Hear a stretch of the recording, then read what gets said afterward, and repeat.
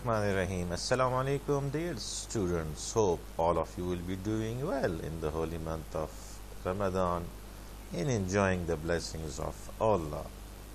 Take care of yourselves and your elders as COVID-19 is reaching to a new heights in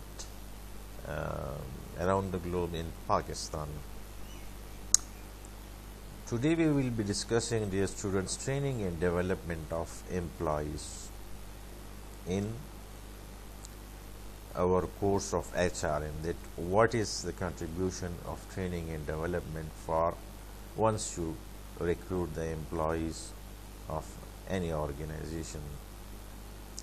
As all of you know that without training you cannot inculcate new skills to your employees, and you cannot even develop yourself without taking some courses in the new areas related to your subject. For example, all of you are students of computer sciences. Some will be doing their masters in specialization like software development or languages, while other will develop it in networking, while some will do is managing databases.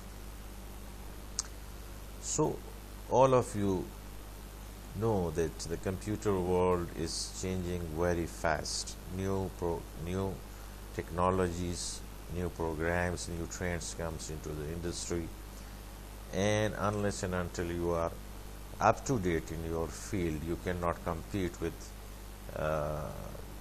the people, the professionals of the same field in which you are. On the other hand, training is development from organizational perspective is also very important. Without training and without development, you can not motivate the employees of organization that they should stick with that organization, on the one hand. On the other hand, as today's organizations are in a constant flux of change, are the only constant in today's business world. Market is changed, so you have to adapt to the new changes in the market that affects your organization in the way of its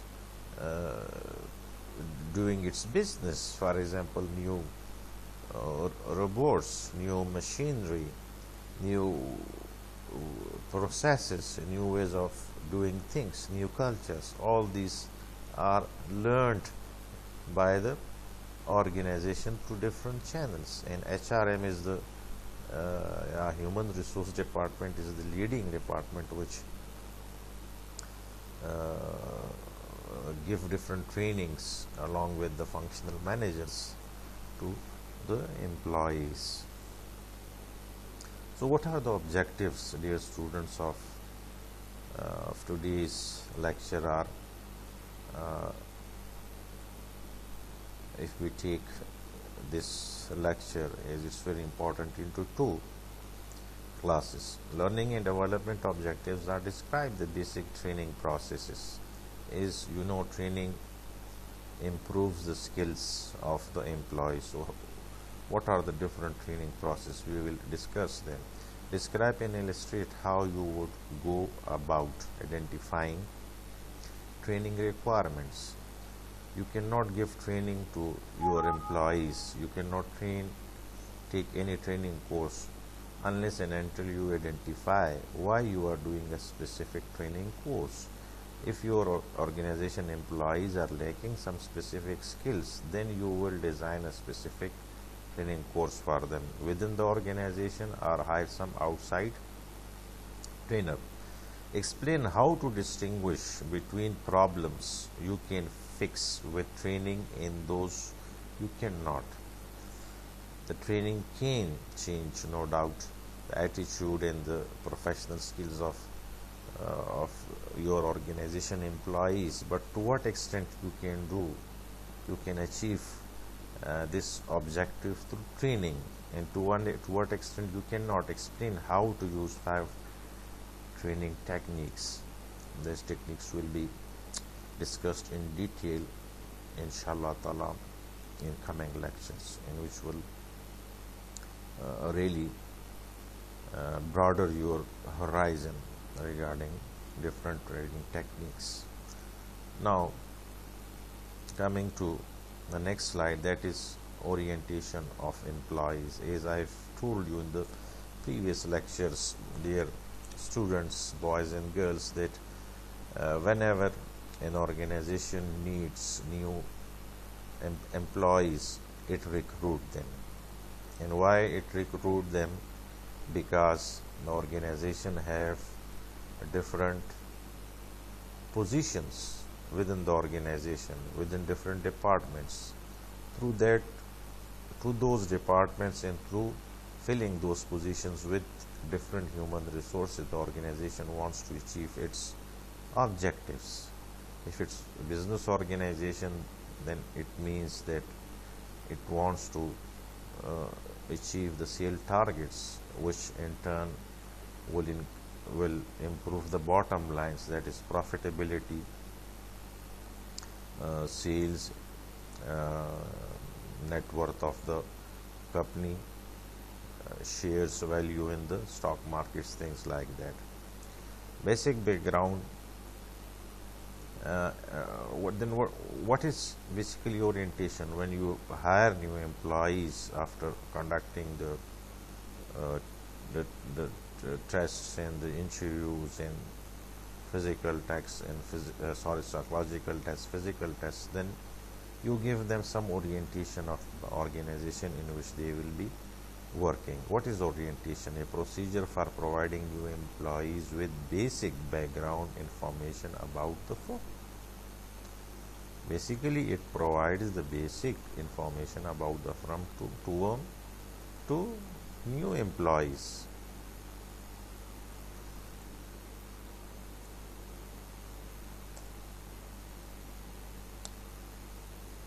Information on benefits of employees. Okay, what benefits employees have in the organization while they will be working in that organization. That is the salary, the bonuses, the medical allowances, the medical insurance, the retirement benefits, the house rent, or if company provide its own accommodations, and so many other. There is a whole range of a big horizon of benefits which offered by different organizations to employees to make them motivated and satisfied.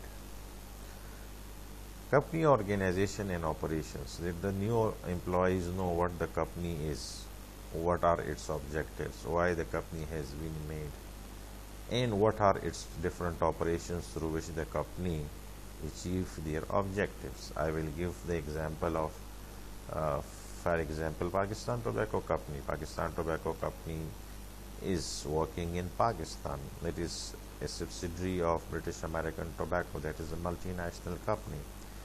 Then, what is the job of PTC? PTC sells cigarettes across Pakistan and manufacture it cigarettes in their factories in Jhelum and Akola Khatak,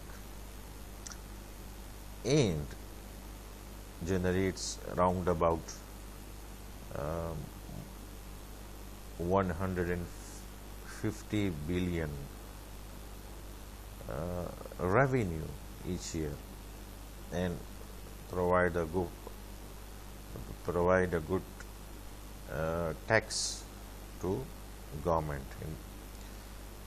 Then safety measures and regulations.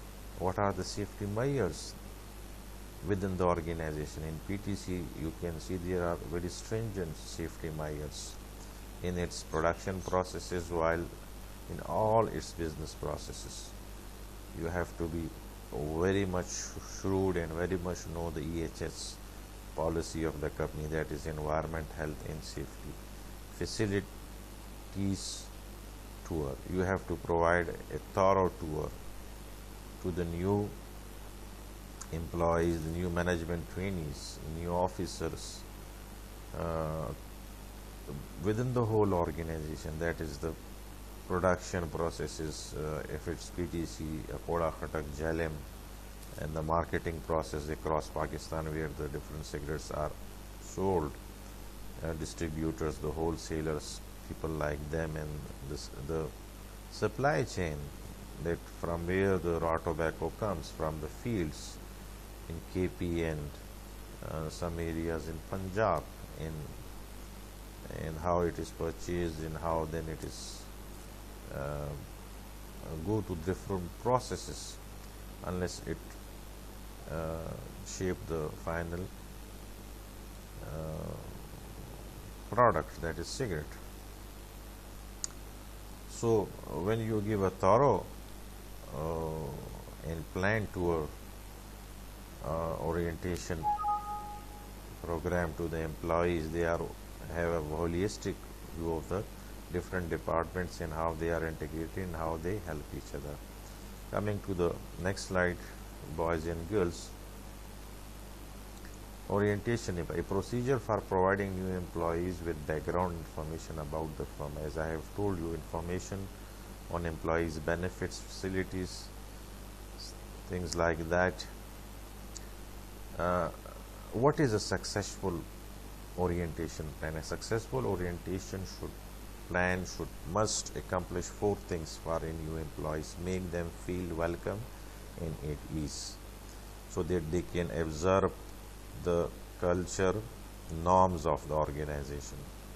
Help them understand the organization in a broad sense, that from a panoramic view, how the different components of the organization produces synergy in achieving the overall objective, that is marketing, production, finance and HR departments, ITR, security, how they interact and form a product, a output that is more than the input. Make clear to them what is expected in terms of work and behavior, that what are the yes and what are the no's within the organization, what are out of bound, are, in other words, what is welcomed within the organization. These are the things which you should know very clearly, boys and girls. Now coming to the next point, boys, help them begin the process of becoming socialized into the firm's ways of acting and doing things, that they should internalize the values of the organization, the culture, the norms, the values, and in this way, after some time, they become like the other members, like the other team members of the organization. They have a certain value, certain way of doing things, which is different from other organization, but that is very unique with each organization.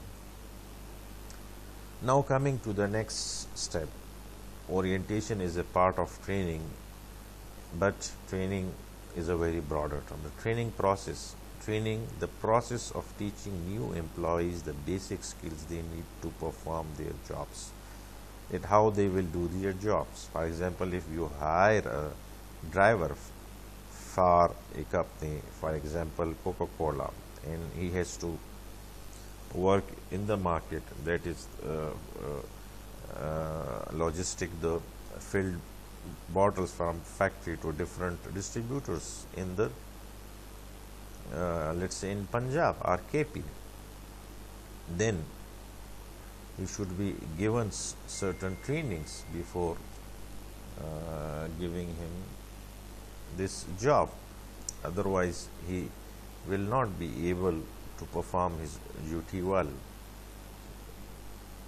Performance management is another part of training. The process employers use to make sure employees are working toward organizational goals. That this is the process which makes sure that all the employees are moving together towards the overall organizational goals. Web-based training. You can give training through internet and things. Distance learning based training. From a distance you can learn cross-cultural diversity training. There are different techniques of training: web-based training, distance learning, and cross-cultural diversity. Coming to the next slide, boys and girls. The training and development process.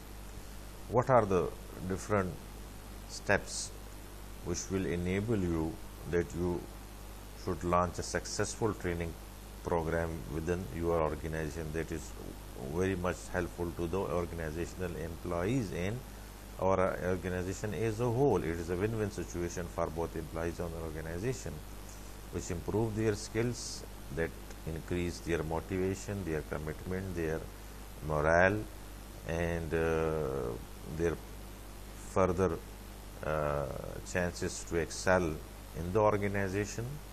And on the other hand, the organization achieve the target of improved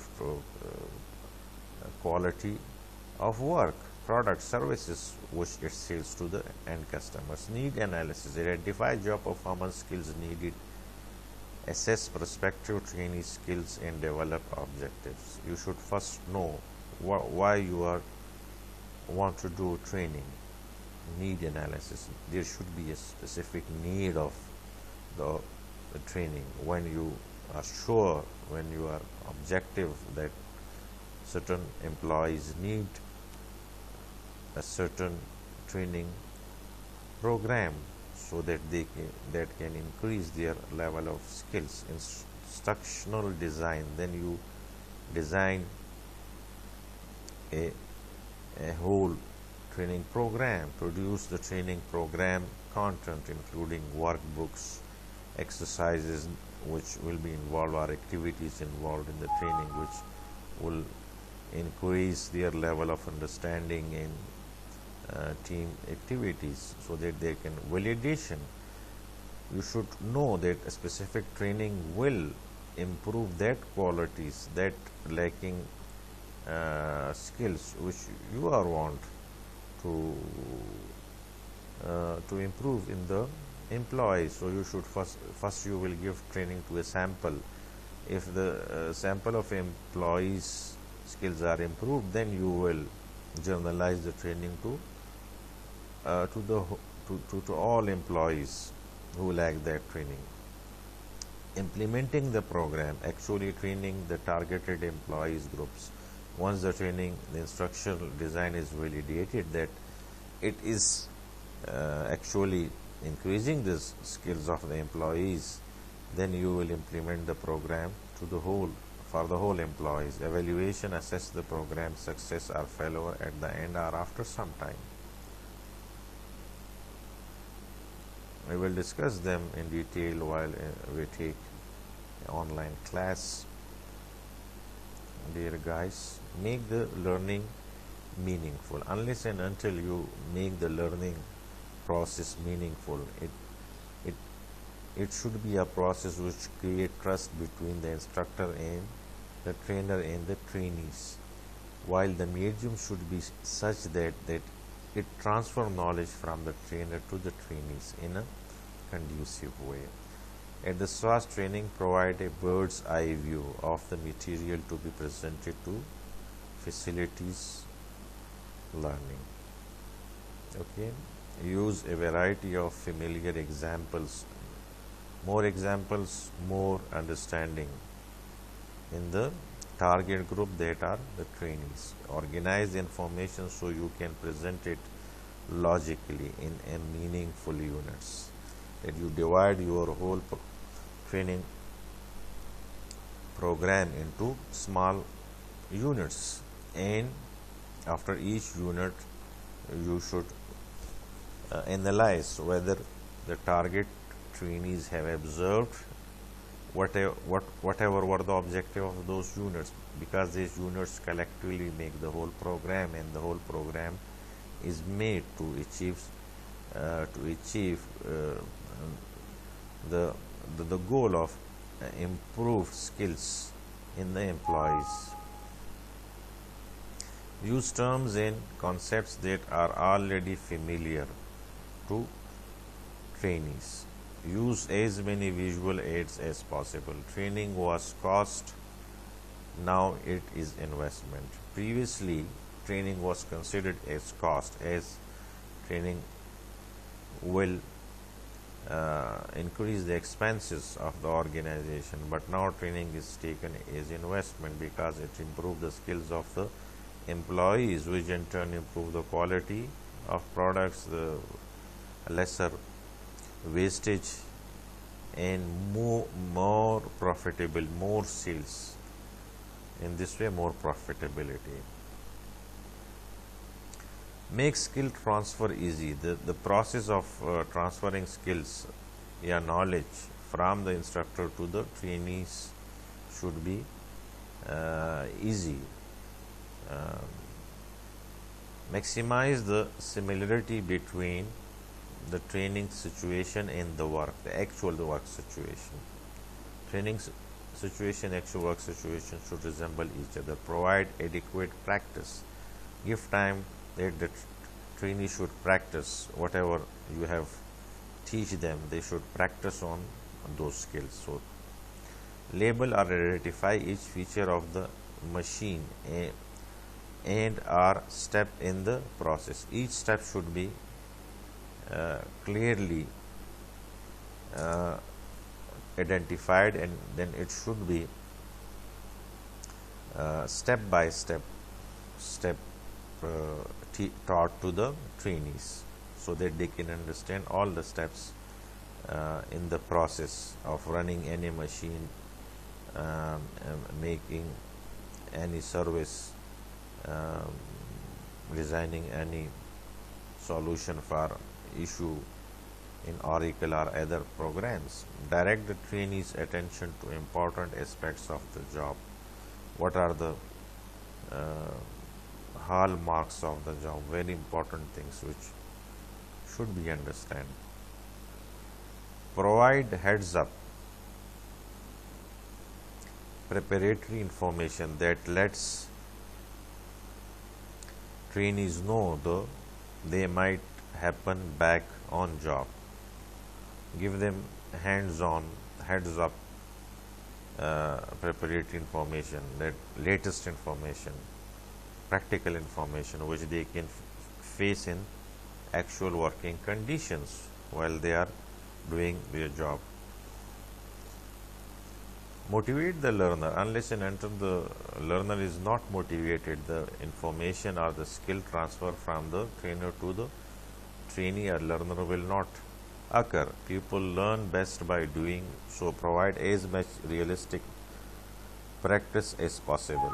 The more the trainees are involved in hands-on practical experience, the more they will learn, the more easily they will learn the different aspects of a training program. Trainees learn best when the trainees immediately reinforce correct responses. Trainees learn best at their own pace. You should not be too much fast, not too much slow, but you should see how the group is moving towards achieving the objective, that is increasing their level of skills. Should go as the group moves. Create a perceived training need in the trainees' minds. The trainees should be well sensitized that this training is very much important for them, and after doing this training it will excel their understanding and their capabilities of doing certain tasks schedule is important too. The learning curve goes down late in the day. Less than full day training is most effective. Training should be such that in the morning people absorb more, while as the the hours pass, that means the day goes, the absorption power of the trainees become low. So it should be kept in mind that the training should be designed in a way that it should be in the morning, and it should be half day. A half day training is the best, and it has a very good results. Now, going analyzing training needs. Task analysis, a detailed study of the job to identify the specific skills required.